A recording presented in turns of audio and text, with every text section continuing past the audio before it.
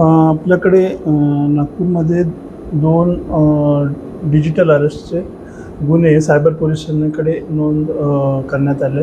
त्यामध्ये एकामध्ये SBIमधील एक महिला कर्मचारी आहे जी रिटायर आहे, ज्याचं वय रिटायर असून त्याचे 65 वर्षाच्या वर आहे. त्या आणि त्यांचे मिस्टर दोघेच राहतात. त्यांची मुलं सगळे परदेशात नोकरी कामी आहेत. तर त्यांचं आणि त्यांच्या मुलाचं जे अकाउंट आहे ते SBIमध्ये सेविंग अकाउंट आहे.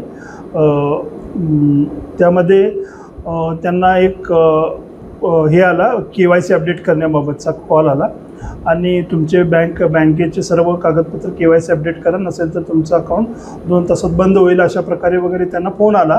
त्यानंतर त्यांना त्यांच्याकडून कागदपत्र घेऊन त्यांच्याकडून विविध तुमच्या खात्यावर एवढे पैसे बाहेरच्या देशातून येतात आणि ते मनी लॉन्ड्रिंगचे पैसे असून तुम्हाला आम्ही अटक करू वगैरे असं फोनद्वारे हे करून डिजिटल अरेस्ट करून त्यांच्याकडून 19 लाख रुपये भरून घेतले वेगवेगळ्या खात्यामध्ये. ही घटना 17/9 ते 20/9 या 3 दिवसामध्ये झाली होती आणि ती महिला आपल्याकडे 25 तारखेला आल्यानंतर आपण तात्काळ त्याबाबतची तक्रार नोंद करून FIR दाखल करण्यात आलेले आहे.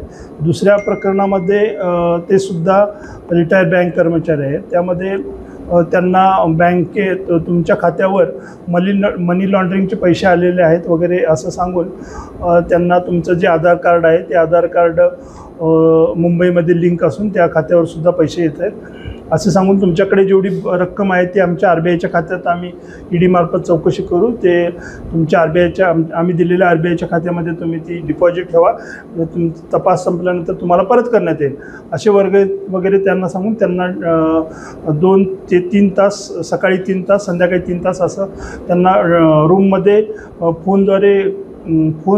फोनवरच ठेवून, तसंच त्यांच्याकडे पैसे नसतानासुद्धा त्यांना मुथूट फायनान्समध्ये पाठवून त्यामार्फत त्यांच्या सोन्यावर कर्ज घेऊन त्यांच्या मार्फतीने विविध खात्यात पैसे भरून त्यांची फसवणूक केलेली आहे.